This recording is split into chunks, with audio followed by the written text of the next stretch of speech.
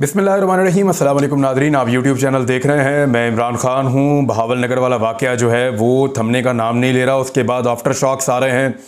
2 police वालों ने अपनी नौकरी छोड़ दी है। अब तक की इत्तला के मुताबिक 2 नौजवान पुलिस वाले, एक ने तो अपनी यूनिफॉर्म ही जला दी और वो बहुत प्रोटेस्ट कर रहे हैं। स्पेशली हुकूमत पंजाब पे तनकीद कर रहे हैं और साथ में वो तनकीद कर रहे हैं IG पंजाब पर, क्योंकि उन्हें अपने सबसे बड़े ऑफिसर से ये तवक्को नहीं थी कि वो उनकी इज़्ज़त की बहाली में कोई कसर छोड़ेंगे। बहरहाल IG पंजाब जो है वो सब जानते हैं कितने पानी में और वो क्या कर सकते हैं। उन्होंने इसके ऊपर कोई एक्शन नहीं लेना, वो बहुत मजबूर हैं। उनके बारे में तो लोग बहुत अजीब अजीब से मीम्स भी बना रहे हैं और कुछ तो बिल्कुल मुझे ठीक भी लग रहे हैं, वाक़याती हक़ाइक़ के मुताबिक लग रहे हैं। अब ये मामले का बनेगा क्या, मुख्तलिफ लोग मुख्तलिफ बातें कर रहे हैं, लेकिन ज़्यादातर जो सेंसिबल लोग हैं उनका ये कहना है कि इसकी बाकायदा तहकीकात होनी चाहिए और पता किया जाना चाहिए कि किस किस ने अपने इख्तियारात का नाजायज़ इस्तेमाल किया।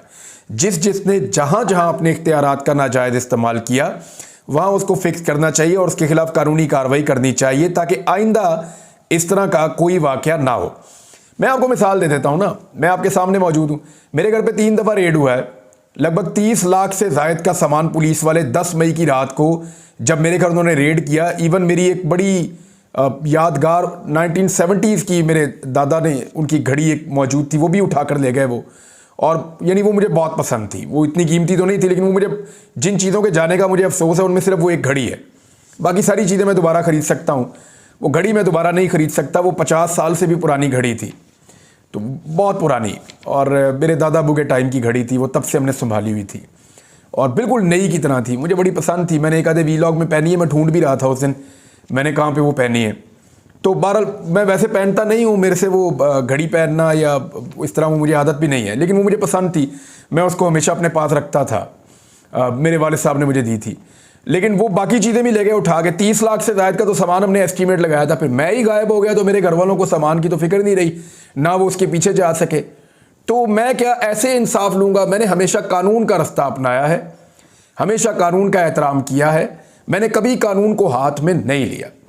हालांकि बगैर वारंट के पुलिस वाले मेरे घरों में घुसे हैं, बार बार घुसे हैं, और हमने इसके बावजूद उनकी यूनिफॉर्म का एहतराम किया है। हालांकि उन्होंने बदतमीज़ी भी की, इसके बावजूद हमने उनकी यूनिफॉर्म का एहतराम किया और कभी भी कानून को अपने हाथ में नहीं लिया। तो ये तरीका तो ये होना चाहिए, कानून को किसी को अपने हाथ में नहीं लेना चाहिए। अगर इस तरह से सारे अपना अपना फैसला करेंगे तो मैं तो देखता हूँ बहुत ताकतवर लोग भी मौजूद हैं पाकिस्तान में। हर कबीला उठेगा, उठ के जाकर वो अटैक करके अपना बदला ले लेगा। यानी मैं 100-200 आदमी इकट्ठा करूं और जो पुलिस मेरे साथ ज्यादती करे मैं जाके उनके साथ करके आ जाऊं, तो ये तो बहुत ही गैर मुनासिब होगा। ऐसा नहीं होना चाहिए। एक चीज़ और है नाज़रीन, वो आपके साथ मैं शेयर कर देता हूं, क्योंकि पाकिस्तान तहरीक इंसाफ का ये दावा है कि वो स्टेटस को के ख़िलाफ़ एक पॉलिटिकल पार्टी है और स्टेटस को का तरीक़ाकार ये है कि लोगों को गरीब रखो, लोगों को मजबूर रखो, फिर उनकी मजबूरियों को ख़रीदो। तरीक़ाकार ये है, लोगों को परेशान करो, उनको मजबूर करो, पुलिस के मामलात में फंसाओ, फिर निकालो और एहसान चढ़ाओ। किसी और मामले में फंसाओ पटवार खाने के, फिर उनको वहाँ से निकालो और एहसान चढ़ाओ। उनको गरीब करो, फिर उनको इमदाद के नाम के ऊपर चेक दो या आटा दो या कोई और चीज़ दो, उस पर मियाँ साहब का मुंह फिट करो या किसी और का एहसान चढ़ाओ। अब इनकम सपोर्ट प्रोग्राम है, उसका नाम बेनज़ीर इनकम सपोर्ट प्रोग्राम रखो, ताकि गरीब को जब पैसा मिले तो पता चले कि बेनज़ीर का पैसा आ रहा है, एहसान चढ़ाओ। तो इस तरह जो भी चीज़ करता है स्टेटस को, वो हमेशा सरकारी पैसे को अपनी तशहीर के लिए इस्तेमाल करता है। यही काम पाकिस्तान तहरीक इंसाफ ने किया। ये अब अवामी वज़ीर आला खैबर पख्तूनख्वा अली अमीन गंडापुर की हदायत की रोशनी में सूबाई दारुल हुकूमत पेशावर में वज़ीर आला की मुशीर बराए सोशल वेलफेयर मशाल यूसुफज़ई ने ईद पैकेज के तहत मुस्तहकीन में फ़ी फ़र्द 10,000 रुपये के चेक तकसीम किए। याद आपको 2,000 रुपये, पूरे 2,000 रुपये। स्टेटस को की आवाज़ याद है आपको? यहाँ से 10,000 की आवाज़ आ रही है। ये तो तरीक़ाकार नहीं है। इसके ख़िलाफ़ तो इमरान खान ने पॉलिटिक्स शुरू की थी, और अगर यही करना है तो इसको बेशर्मी कहा जा सकता है, इसको स्टेटस को कहा जा सकता है। टिकटॉक बनाने का यहाँ पे भी मैं देख रहा हूँ बड़ा रुझान और बहुत शौक़ पैदा हो रहा है। लीडर इनका जेल में है और ख़ुद अपनी तशहीर के लिए पीछे, ये शहरियार अफरीदी साहब के पीछे जो है वो बहुत बड़ा पोस्टर भी लगा हुआ है, जिसपे कहीं पे भी आपको अली अमीन गंडापुर और जो वज़ीर साहब हैं उनके अलावा किसी और की फ़ोटो भी नज़र नहीं आ रही। यानी इमरान खान की फ़ोटो लगाने का भी इन्होंने तरद्दुद नहीं किया। और वैसे अगर इमरान खान की भी लगाते तो मैं मुखालफत ही करता उसकी, क्योंकि ये अवाम का पैसा है, ये अवाम को जा रहा है। और अवाम को ही जाना चाहिए, और अवाम के ऊपर आप कोई एहसान नहीं कर रहे, और अवाम का चेहरा दिखाना इंतहाई गलत और मायूब बात है। यहाँ पे ऑफिशियली खुद लिखा कि मुस्तहकीन में फ़ी फ़र्द 10,000 रुपए के चेक तकसीम किए गए, मुस्तहकीन में। अब मुस्तहकीन की शक्लें तो नहीं ना दिखाते, अब वो बेचारे सफ़ेद पोश लोग हैं, उनके चेहरे तो नहीं दिखाते ना। बहुत सारे लोग हैं वो बांटते हैं लोगों में, वो चेहरा नहीं दिखाते लोगों के। ये तो आपका अगर ज़ाती पैसा है तो आप चेहरे दिखाएं, जो मर्ज़ी करें, लोगों के पास ऑप्शन है, आपके पास भी है।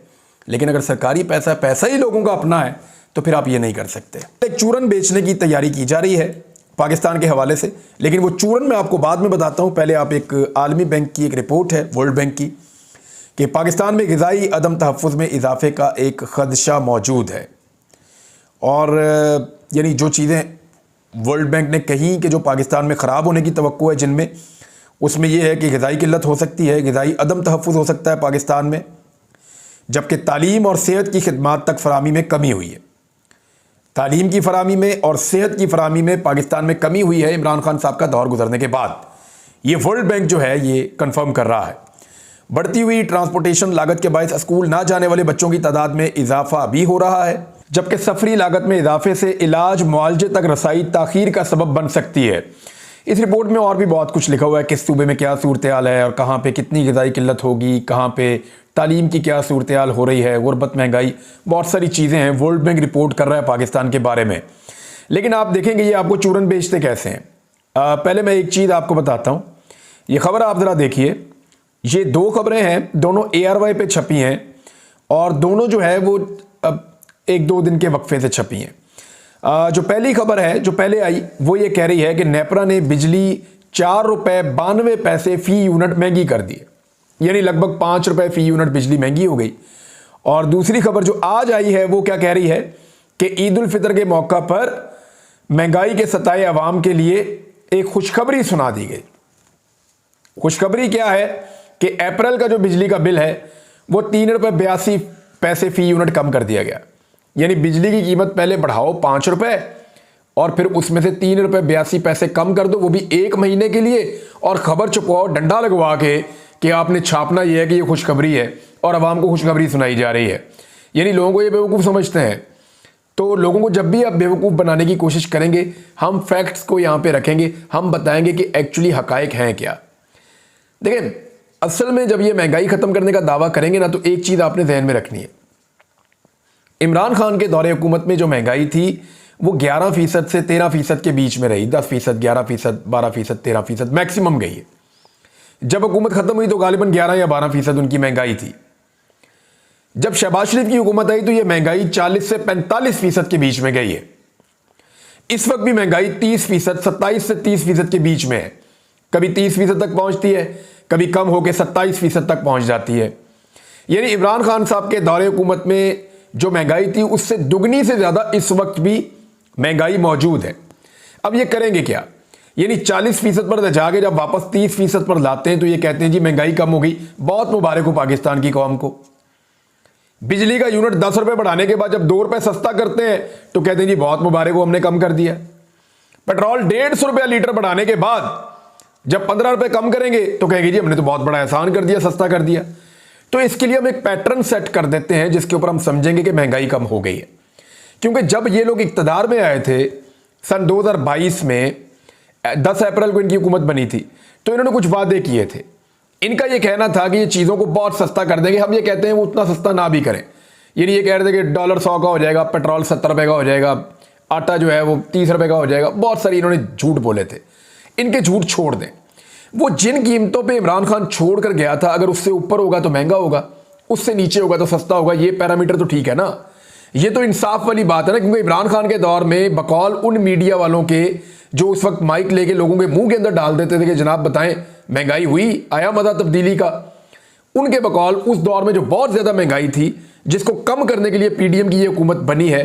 अब देखना ये है कि उस महंगाई को इन्होंने कितना कम किया। तो पैरामीटर वही सेट कर लेते हैं। इमरान खान के दौर में जो आटा था वो 1100 रुपए की थैली थी 20 किलो वाली।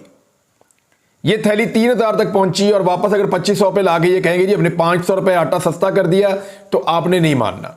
आपने कहना जी 1100 की थी, आप हमें 1099 रुपये की कर दें तो हम समझेंगे कि आपने सस्ता किया। 1100 से ऊपर होगा तो उसको महंगा ही समझा जाए, क्योंकि ये तो सस्ता करने आए थे ना। पेट्रोल की कीमत 145 रुपए से नीचे जाए तो आप समझे सस्ता हो गया। बिजली के यूनिट के ऊपर और गैस के यूनिट के ऊपर मैं अलग एक प्रोग्राम करूंगा, क्योंकि वो बहुत टेक्निकल है। उसकी सारी चीजें आपके सामने रखूंगा, आपको बताऊंगा कि वहां आपको कैसे धोखा दिया जाता है। ये सारी चीजें आपके सामने रखूंगा। तो पैरामीटर वही रखना है कि अगर डॉलर 180 रुपए से नीचे आ जाए तो फिर आपने समझना है कि इमरान खान के दौर की निस्बत इन्होंने कुछ बेहतर कर दिया। ये नहीं होगा कि अगर 250 रुपए पे आ गया जी बहुत अच्छा काम कर दिया आपने, नहीं, आपको 180 पे दिया था, आपने 100 का करना था। 100 का ना करें, 180 का ही कर दें वापस। ये नहीं कर पाएंगे। क्यों नहीं कर पाएंगे? मिफ्ता इस्माइल का स्टेटमेंट आप देखिए, आपको सब समझ आ जाएगी कि ये अपने मुंह से क्या मान रहे हैं। IMF से मुआहदा करना नागुज़ीर है, हुकूमत के पास सलाहियत है, ना ही वजीर खजाना अपनी पॉलिसी मुतारफ करवा सकेंगे। वजह यह है कि जो मंशूर दिया था वो PMLN ने दिया था, हुकूमत उनकी बनी है, लेकिन वजीर खजाना जिसने 80% मंशूर के ऊपर अमल करना होता है वो PMLN का है ही नहीं। बल्कि वो कहाँ से आया? PMLN उसको इलेक्शन वाले दिन तक जानती ही नहीं थी। एक नया तजुर्बा किया गया है। अब ये जो तजुर्बा है इसकी अपनी कोई अलग पॉलिसी होगी, जो पॉलिसी ये बता भी नहीं पाएगा, क्योंकि बहुत सारी चीज़ें अब छुपाने का रुझान आ गया है। इससे पहले पाकिस्तान में कोई ऐसा तजुर्बा कामयाब नहीं हुआ। देखते हैं कि इस तजुर्बे के साथ क्या बनेगा। बहरहाल अब एक पहले मेट्रो बनाई थी इन्होंने, एक ट्रेन बनाई थी ऑरेंज ट्रेन लाहौर में। अब कह रहे हैं जी ब्लू ट्रेन भी हम लेकर आएंगे और पर्पल ट्रेन भी लेकर आएंगे। कलर्स का बहुत शौक है ना मरियम नवाज साहबा को या टिकटॉक गवर्नमेंट को। यानी कोशिश जो है वो मैचिंग वाली कोशिश करवाने के लिए और टायर लगवाने के लिए $3.25 करोड़ रुपए खर्च दिए थे उन्होंने, और अपने सूट के ऊपर $500 रुपए। वो तो $500 के मुझे लगते हैं कपड़े, लेकिन चले $500 रुपए का सूट, मुझे तो समझ नहीं आई कहाँ से ये $500 रुपए का सूट मिलता है। यानी अपने पैसे खर्चने हैं तो $500 रुपए का सूट लेना है, जब अवाम के पैसे खर्चने तो $3.25 करोड़ रुपए के टायर भी डालने हैं और मैचिंग वाली कोशिश भी करवानी है। ये तो इनके अल्ले तल्ले हैं, और फिर टिकटॉक के ऊपर हुकूमत चला रहे हैं। बहरहाल ये जो कलर पसंद है उनके अंदर भी अब जो ऑरेंज ट्रेन है वो पर्पल भी आएगी और साथ ही साथ ब्लू कलर की भी आएगी, तो ज़्यादा प्यारी लगेगी। मैंने आपको बताया था ना कि ये धोखा देते हैं। इन्होंने, याद होगा आपको, जब सैलाब मुतासरीन के लिए फंडिंग करने गए थे तो ये 1 अरब से बढ़ते बढ़ते पता नहीं 12-15 अरब तक पहुँच गए थे। इतने अरब डॉलर हमें मिल गए, दुनिया ने दे दिए। तो बाद में रिपोर्ट आई थी कि 5% पैसे मिले। अब थोड़े दिन पहले सऊदी अरब के दौरे पे शुरू किया था $1 अरब, फिर $2 अरब, फिर $3 अरब, फिर $5 अरब, फिर $8 अरब। अब जनाब वो फिगर $21 अरब तक पहुंच गया है। क्यों? झूठ बोलना है, 1 अरब का भी बोलना है तो 21 अरब का भी बोलना है, तो 21 अरब का 25 अरब का क्यों ना बोलें। तो थोड़े दिनों में ये अमाउंट और भी बढ़ जाएगी। ये ऐसे ही लोगों को बेवकूफ़ बनाएंगे ना। इससे पहले ये कोई सरमायाकारियाँ ऐसे ला सके पाकिस्तान में। पाकिस्तान के अंदर जो लोग हैं वो अपने मुल्क के अंदर सरमायाकारी नहीं कर रहे हैं, बाहर से लेकर आएंगे। और बहुत सारी खबरें हैं, लेकिन एक खबर जाते जाते मैं आपको दूं कि पंजाब के ऑफिसर्स ने एक बहुत बड़े ऑफिसर को ये शिकायत लगाई है कि हम ज़्यादा बदतमीज़ी और रूड रवैया जो है ना, बदतमीज़ी वाला रवैया, वो वज़ीर आला का बर्दाश्त नहीं कर सकते। और उसके बाद एक पैगाम पहुंचाया गया वज़ीर आला को कि तुसी जो कहना मैनू कह लो, यानी जो बात करनी है वो मुझसे कर लें, डायरेक्ट आप ऑफिसर्स के साथ डील मत करें, इससे प्रॉब्लम क्रिएट हो रही है। तो ऑफिसर्स ने जो है, कुछ ऑफिसर्स ने, अब मैं नाम आपको नहीं बता सकता, बेचारों के नाम सीगा राज में रखने पड़ेंगे वरना उठा के उनको कहीं दूर दराज इलाके में फेंक देंगे। वो कह रहे हैं जी रवैया बहुत रूड है और बड़ी बदतमीज़ी वाला है, इसको हम बर्दाश्त नहीं कर सकते। तो उन्होंने शिकायत लगाई है। अब देखते हैं इसका क्या बनता है। तफसीलात मैं आपको बाद में बताऊंगा। अब तक के लिए इतने, अपना ख्याल रखिएगा, अपने इस चैनल का भी। अल्लाह हाफ़िज़।